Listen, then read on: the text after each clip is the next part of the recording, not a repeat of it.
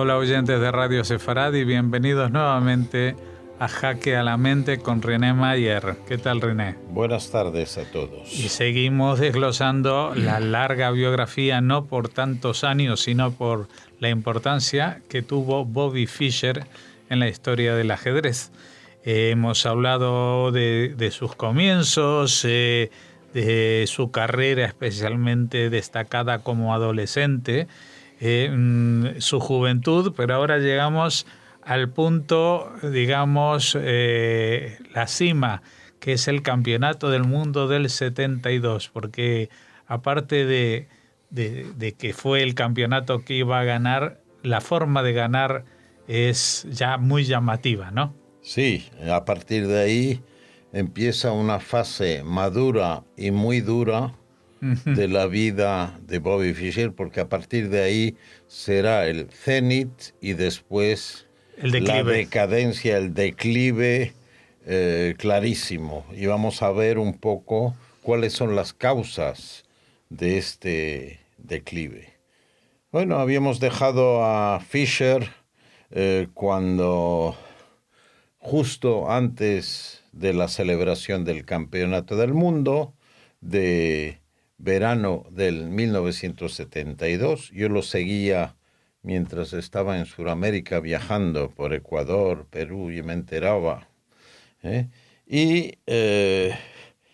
Hubo prolegómenos muy sustanciosos antes de este match. ¿Por qué? Pues Fischer era un hombre obcecado, testarudo, reivindicativo, y claro, puso sus condiciones. Spassky, su rival y amigo además, como se vio en años posteriores, Spassky proponía para jugar Reykjavik, o Reykjavik, como se entienda, y Fischer estaba a favor de Belgrado. Finalmente, bueno, aceptaron, se pusieron de acuerdo sobre la ciudad de Reykjavik, y ahí surgió otro problema, porque Fischer no quería aparecer en Islandia si no se subía el importe del premio, el fondo del premio. Entonces hubo un financiero londinense llamado Jim Slater que donó $125,000 adicionales a los 125,000 iniciales para que se celebrara el match.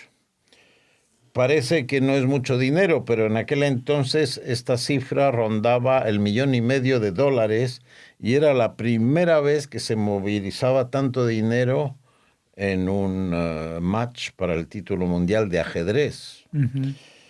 Y bueno, entonces ya se pusieron de acuerdo ante la nueva cantidad avanzada por el mecenas. Y lo que hay que decir es que Fischer inauguró dos aspectos, digamos, importantísimos para el ajedrez moderno. Primero, dio importancia tremenda al dinero de los premios, cosa que no se hacía antes. Y en segundo lugar, dio una relevancia fundamental a la práctica, a la forma física, a la práctica de deportes durante la celebración de un match de esta envergadura. Desde entonces han seguido sus pasos. Es decir, Fischer se entrenaba con tenis, con natación, incluso dicen que con boxeo. Y los campeones actuales, por ejemplo, los que están disputando desde hace unos días el campeonato del mundo, el americano, ¿cómo se llama? Fabiano Caruana, y el noruego, tenedor del título, el campeón mundial, Carlsen, Magnus Carlsen, se entrenan muchísimo, están en perfecta forma física, porque hay que darse cuenta que en un match de estas características, la forma física es fundamental. Desgastan una cantidad tan tremenda de energía que tienen que comer muchísimo. Pierden 4, 5, 6 kilos a veces durante un match. Es que uno no se imagina que sentado ante una mesa se puedan pasar esas cosas. Pues es verdad. Pues tendrías que estar en los huesos tú. Bueno, yo no, porque yo cuido la forma física, pero no disputo ningún match por el mundo. Así que, bueno. Total, que estos celebraron el match de julio a septiembre, es decir, fueron 2 meses y pico. Fischer iba acompañado por su amigo William Lombardy, que le asistía en los análisis, y bueno, mientras que, claro, Spassky tenía a toda la Unión Soviética, su corte de analistas, etcétera. Pasó algo curiosísimo en este match, porque Fischer perdió las 2 primeras partidas. Uh-huh. Una, y lo recuerdo muy bien, porque le dio por ahí de capturar un peón de torre con su alfil que quedó encerrado y se veía. Esto lo vería cualquier, como se dice en ajedrez, boñato o membrillo. Pero él estaba ahí, no sé qué pasó por su mente, porque obviamente era una captura peligrosísima. Un alfil vale 3 puntos y un peón vale 1 punto. Es arriesgar una pieza por nada. Y finalmente, bueno, Spassky ganó la primera. La segunda partida la perdió también. ¿Por qué? Porque no quiso aceptar las condiciones de juego, diciendo que le molestaban las cámaras, que no podía concentrarse, y entonces se negó a jugar. Perdió el segundo punto. Por abandono. Sí, por incomparecencia, es el término técnico. Uh-huh. No compareció y entonces adjudicaron el punto a Spassky, pero Spassky quería realmente jugar el match. Al final accedió a sus exigencias. Él quería jugar en una habitación trasera donde no entraran las cámaras y donde no le molestaran. Y es así como jugaron el resto del match. Bueno, el resto del match habla por sí solo. El resultado fue tremendo. Ganó luego 7 partidas Fischer, perdió una, es verdad, además de las 2 iniciales, y empató 11, con lo cual el match terminó 12,5 a 8,5 a favor de Fischer y fue coronado campeón del mundo. Y eso era la primera vez que pasaba desde el imperio zarista. Había roto la hegemonía soviética hasta tal punto que en plena Guerra Fría lo llamaron el match del siglo. Fischer recibió un telegrama del presidente, creo que era Nixon, le ofrecieron publicidad, protagonizar, y eso habla en favor de Fischer. No aceptó ninguna oferta porque no iba con su forma de ser, ganar dinero así. Pero de la otra manera sí que quería ganar mucho. Sí. Es decir, él era inflexible en que había que remunerar al ajedrecista cuando llega al tope, digamos, para cuando disputa el cetro mundial, pero las demás tácticas monetarias no le interesaban tanto. De modo que fue recibido como un héroe en Estados Unidos. Hubo una Fischer craze, una locura por la figura de Fischer. Time le dedicó una portada. El ajedrez en Estados Unidos sufrió un boom tremendo, venta de juegos, venta de libros, que no duró mucho, la verdad. Es así como... Y bueno, él rechazó $30 millones, que en aquella época era tremendo, de publicidad. Y hoy en día también uno... ¿Eh?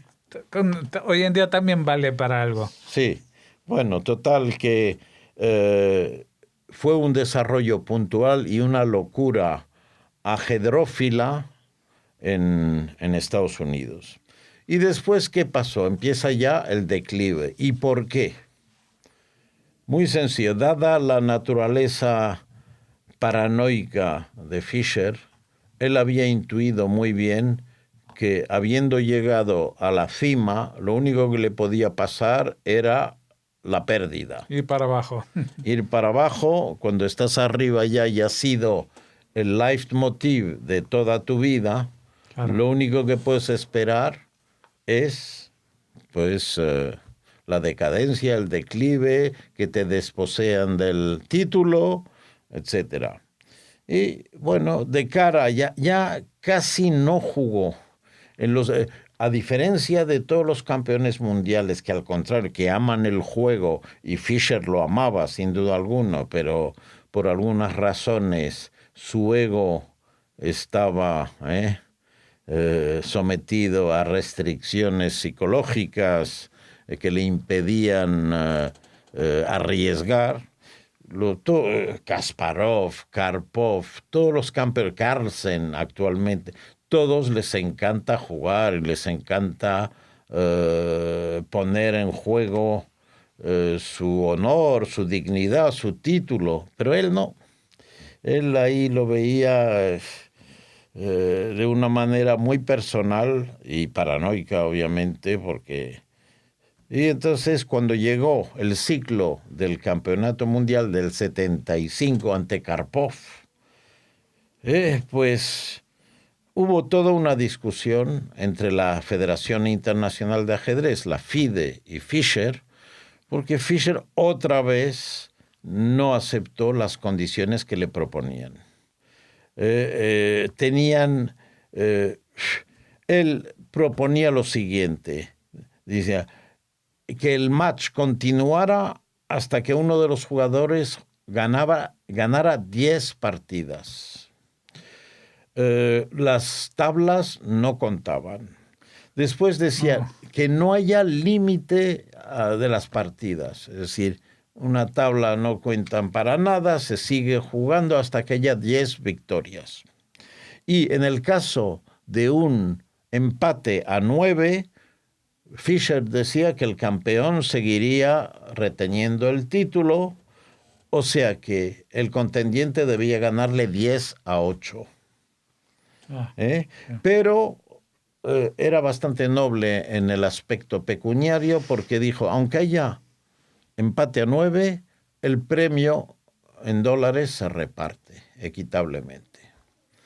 Bueno, hubo un rifirrafe, un intercambio de cartas entre la federación, la FIDE, que administrada por Oive, en aquel entonces, el holandés, y aceptaron ciertas condiciones, pero otras no.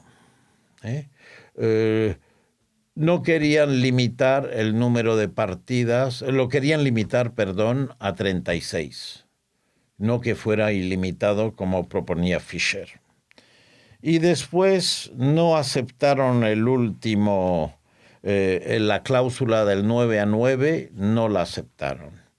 Entonces, Fischer envió una carta diciendo yo abandono el campeonato mundial de la FIDE, y se acabó.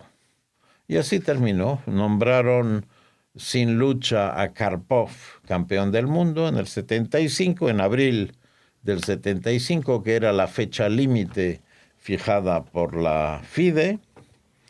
Y muchos psicólogos han analizado este abandono como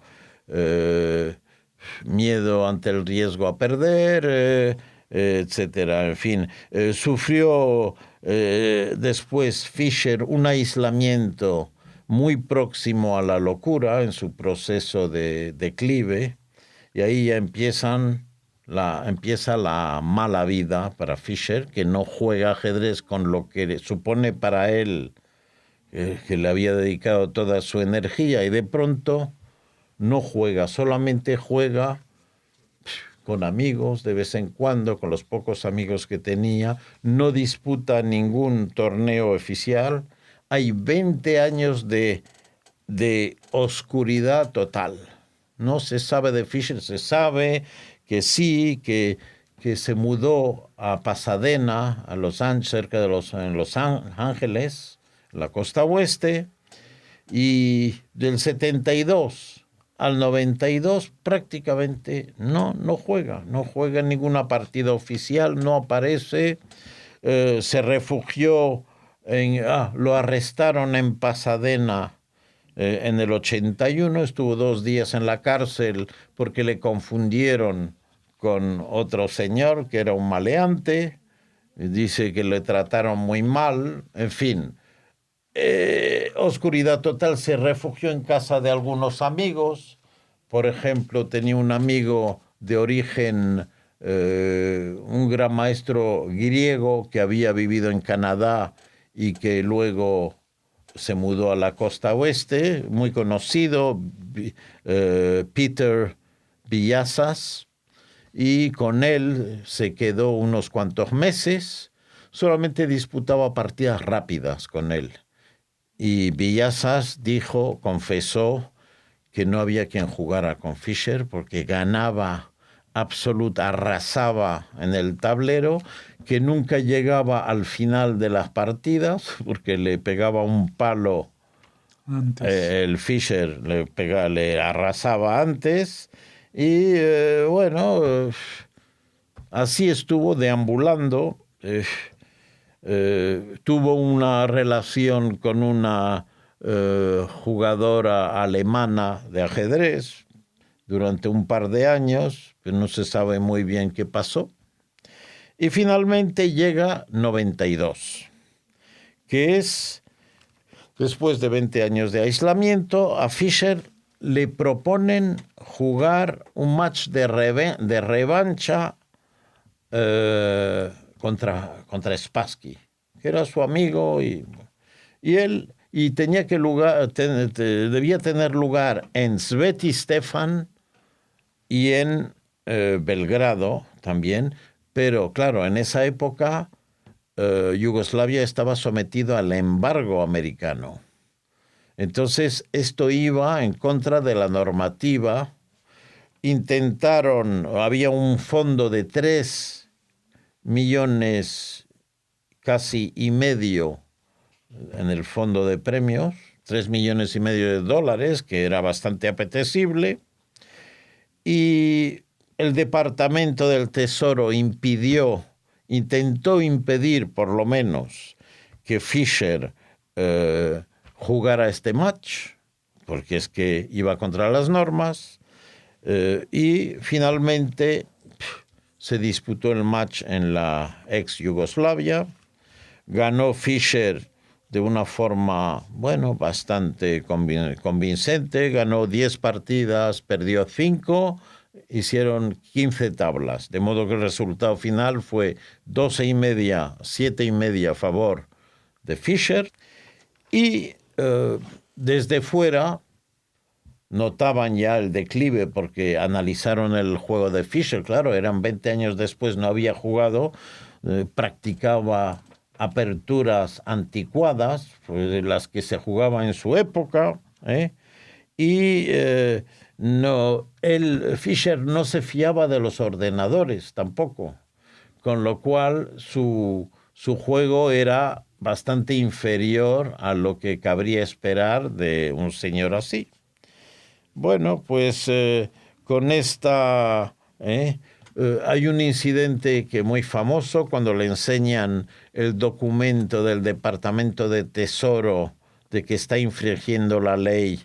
Fischer escupe sobre el documento, con lo cual ya se convierte en un judío errante, iba a decir, aunque él no se considera muy judío, al contrario. Más errante que judío. Sí, en un refugiado, en un emigrante, y bueno, pues se refugia en Budapest. Se sabe que vivió ahí después del match del 92, frecuentaba tuvo una pequeña relación también con una joven maestra llamada Zita Raiciani, frecuentaba la casa de los Polgar, de las hermanas Polgar, y también vivió en la casa del joven gran maestro que ahora no es muy activo, de Peter Leko, húngaro. Y después ya se le sabe que va a Filipinas en el 2000 al 2002. Y ahí ya lo vimos, una chica pretendió que le había hecho un hijo, pero era falso, no era su hijo. Bueno, y bueno, Fischer es muy conocido por sus declaraciones antisemitas, que esto sí que puede interesar. Quizás para ello vamos a dedicar, digamos, para el final de Fischer, vamos a dedicar una nueva entrega. Sí, bueno, pues se puede terminar con, no queda mucho, pero sí que... Sí, vamos a cerrar para también llegar a algunas conclusiones, si es que se pueden, sobre su personalidad más allá del ajedrez. Pues muchas gracias, René Mayer, por habernos acompañado en esta, creo que es la quinta entrega, y sí, ya la habrá próxima, la sexta, cerraremos. Con la sexta creo que podemos cerrar la enciclopedia sobre Bobby Fischer que hemos dedicado aquí en Jaque a la Mente. Muchas gracias y hasta la próxima. Vale, hasta luego.